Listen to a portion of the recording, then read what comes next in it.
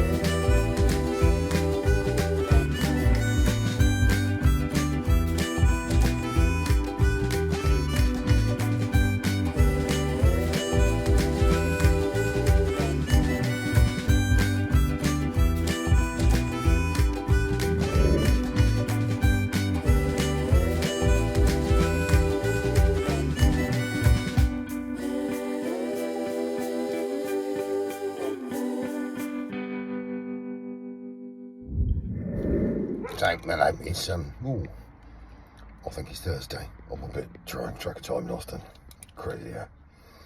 So I have picked up said car. Sadly, I couldn't really film loading it. So what I'm going to do is quickly whip back to where I'm staying until I go home on Monday. And I'll show you what I've managed to wedge in the back of a large Luton. And then basically after that, homeward bound. What else would a man pick up in France apart from a mid-1970s Mark II 1500 Spitfire? Well, I think that's what it is anyway. So it's drive Spitfire 1500 on it.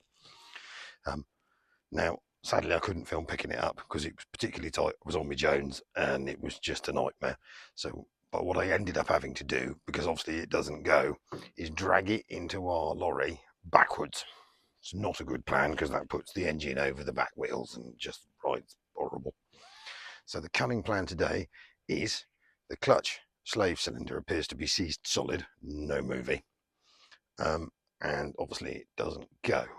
So what I'm going to do is de-seize the clutch slave cylinder if possible, if we can get that to work, because at the moment it's actually stuck out so that you can push it around in gear, no drive. So if we can get the clutch to work, then it's worth trying to see if we can get it to go, and then I can turn it round, load it the right way, and obviously toddle back to England with it. Sounds like a cunning plan to me. Right, first couple of problems to attend to. Now, as I told you a minute ago, it's been parked quite a while. So, we know the engine turns over. I'll check that already. Obviously, it's got twin carburetors. They'll be a pain in the arse. But, before we get into any of that, the one noticeable problem we didn't have when we pulled it on, is the fact that the clutch appears to be stuck down. So at the moment you put it in gear, push it around, engine no turning. So not much point getting it going to try and turn it around, move it and reload it. That wasn't curable. So I've loosened the pipe off the master cylinder and the pedal this end and the cylinder moves. So we are assuming that basically the slave cylinder is either stuck out or the clutch fork's stuck, because at the moment you put it in gear, shove it around, the clutch is disengaged.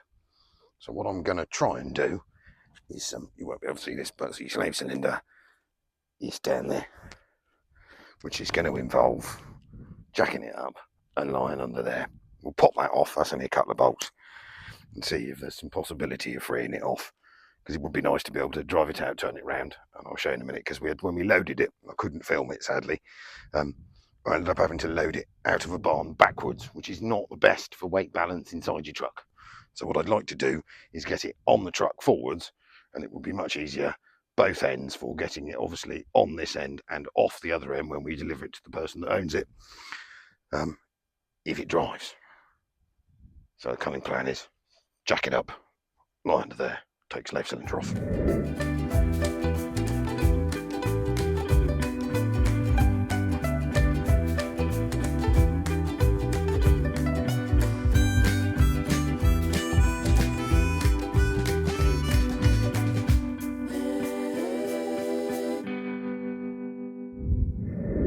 Right, so after quickly releasing the big clamp bolt that clamps this into a sliding housing with 2 bolts on there, so 1 bolt, much better than 2, would appear that the clutch thing shot out, like John out of a box, so I'm assuming that this is seized, and I have filled it full of a bit of wood. It's not ideal, because as you'll see, it doesn't have a flexible line, it's got a hard one. So I think probably the best bet is to elevate the pipe to avoid losing all the fluid, and we might have to take that out and beat on it a bit, see if we can get it to move. Right, so cunning plan, trying not to break this quite that. Oh no, that came off easier than expected. So if we try and get this pipe up here so he's above the master, and I'm going to leach brake fluid all over the floor, and whatever's in here, which is probably slightly wattery and nasty. Yep. And then we're going to go and beat on this a bit, see if we can get that bit to move. Right, well, Operation Beating on that seemed to work quite easily, so we've wooded it to death. I know it's not perfect, but we are purely only, what's the polite way of putting it, just fixing it to get it off the truck. So it probably will want a new one of these when it's returned to its owner. But basically that is now free and moving. So a bit of reinstallation and possibly some description of bleeding. Not sure I'm going to do that, won't we, Jones? But we'll figure that one out. Actually just be able to leave as a pedal down. Actually, I reckon I've got long enough arms to bleed it and push the cylinder from over there at the same time. Right, in theory. Oh yes, that's coming undone. I'll put that there. See if we get some fluid out of there.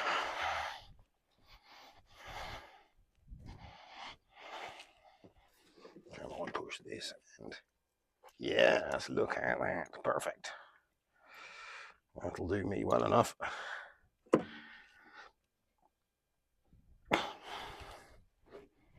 Ugh.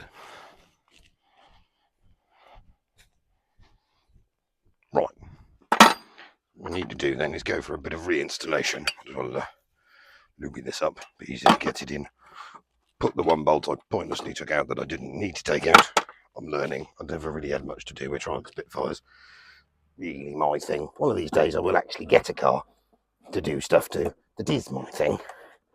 So I'll try and wedge that over there and push that back down in there. Like that. Look at that. That's lovely. We organise the pipe work afterwards. So put it back on a bit of top quality time lapse, and I'm going to go lie back under there and reinstall this clutch cylinder. Then we've got a clutch pedal, and we're going to go for some getting it going. Right, so what we are hoping for now is some description of, hopefully this little bigger here should go out and return now, so we've got a clutch.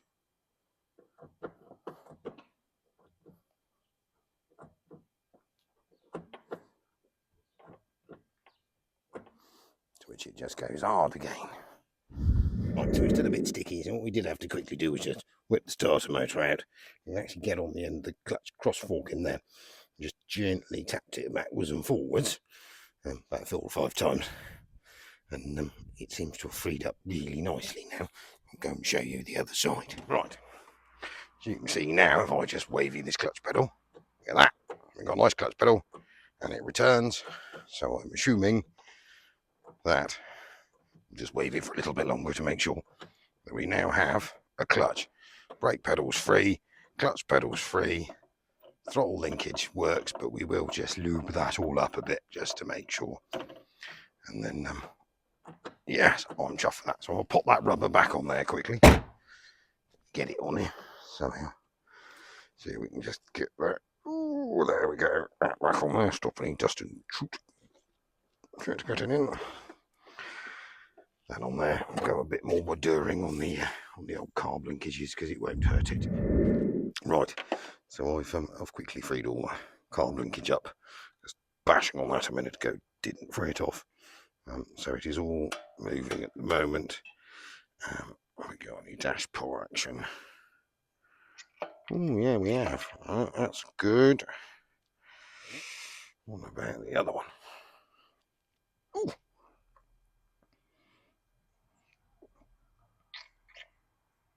Not as nice, but he's there.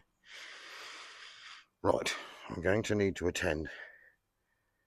Probably use the little tapping small carburetor technical adjusting tool, just to make sure that float hasn't stuck, and that and down here hasn't stuck. Put some fuel in it because at the moment it is absolutely bone dry, and it's definitely going to need some essence. Brakes for petrol apparently, so we'll go and fill it up with fuel, which is over there, and then we'll check for sparks. We've done a revolution, so we know it turns over, and we now know we've got a clutch, but I'm going to go and just lubricate the Bendix on the starter motor around the other side here, and go and quickly throw that back in its hole. We'll just make sure all this is nice and free.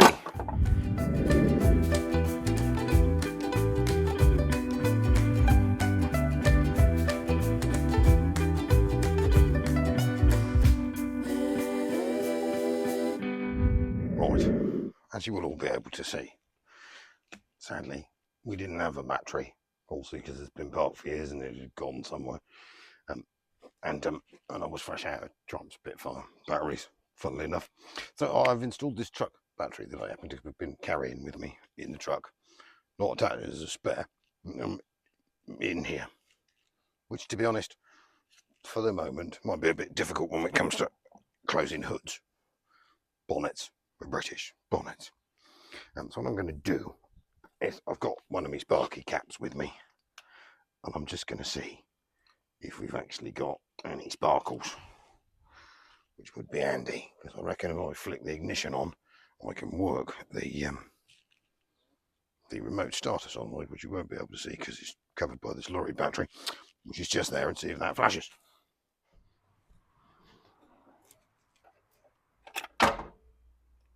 Perfect.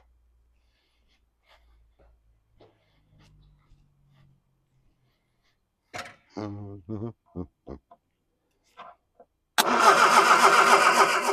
indeed, we have sparkles.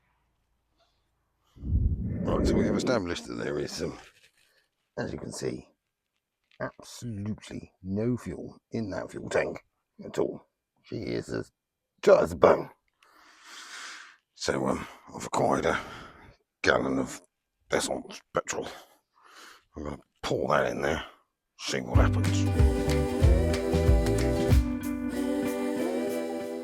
Right, so as you've seen, we've got the fuel tank full up. Now what we want to do, I've got the ignition switched off at the moment. I'm just going to remotely work the starter motor solenoid, and I want to see if we get fuel pumped up into this filter.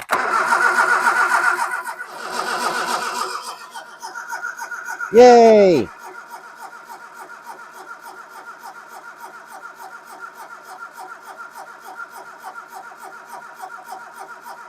Right, That's fuel. Hopefully should have filled the carb bowls up on What the we other need to do side. before we go cranking on it, 1, remember to drink me tea. 2, we need to check the fuels, which we have. It's black, it's on level. Doesn't smell horribly fuely. Put that back in from where I moved it earlier. Yeah, that'll do. Can't see that's going to hurt it. Oh, and then I'll try on the coolant side of things. Yeah, I've got coolant. It's a bit gungy looking, but so in theory, we got fuel cranked up to the carburetors. I mean, carburetors are going to be the issue, if not. But that's before we go messing with them. Put that Jubilee clip back on a minute. I don't know why that's hanging off. Before we go messing with them, we'll just check. See if it goes first. Because in theory, if we pull a choke out and give a bit of cranking over, it might possibly go. Right, choke edge, our gear, lights are on, see what happens. Go. Ooh! Right, and again, people. That's possible.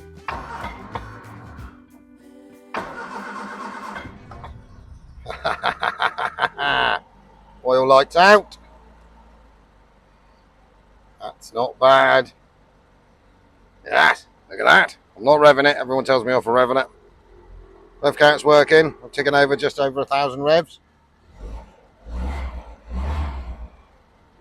Let that warm up, and we'll see if it moves. Right. So, what we've successfully managed to do is nick the battery off of the tractor tondeuse, or a garden tractor in English, and that seems to fit under the bonnet. Obviously not a long-term thing, but you can't shut the bonnet with a lorry battery in it. So the clutch does appear to be functioning. So what I'm interested to see is if we move. So excuse the state of the windscreen, but I reckon, yes, we are off. We have brakes. Yeah, before we try and drive straight into my little French van, we have brakes. Do we have reverse? Sure, we've got reverse. Where is reverse? Does it say lift? Yes, lift and reverse. So, oh yes, definitely, we are going in both directions. Better make sure I can see behind me, I suppose. Look at that. Poo wash. Right, so we're going to let that tick over for a bit, warm itself up, and then I'll have to go and move me diddy French van, which is parked there. And then I can about turn it, put it back in the truck. Right, well, it would be rude as we've made it work, not just to quickly whip it up the road, just to check that everything does work, and then turn it back round and put it back in the lorry. So here it goes. Excuse the state of the windscreen, but I'm just going to whiz up here with it. Ooh. Yep. Look at that. That's working quite well.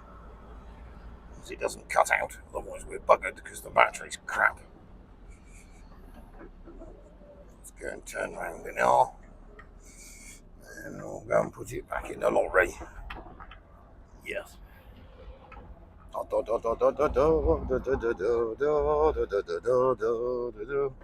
Remember to look the right way.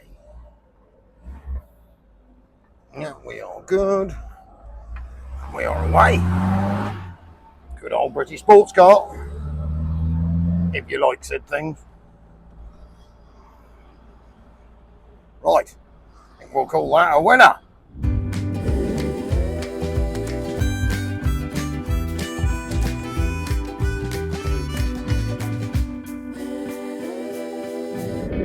Right, well that's be all done for this one. I'm not due to leave it here till tomorrow, so I'm going to be relaxed. But as you can see, faced in the right way in the lorry, strapped down, all loaded, ready to go back to England. Thank you very much for watching, and we'll be back to something else random next week. Thank you very much, guys.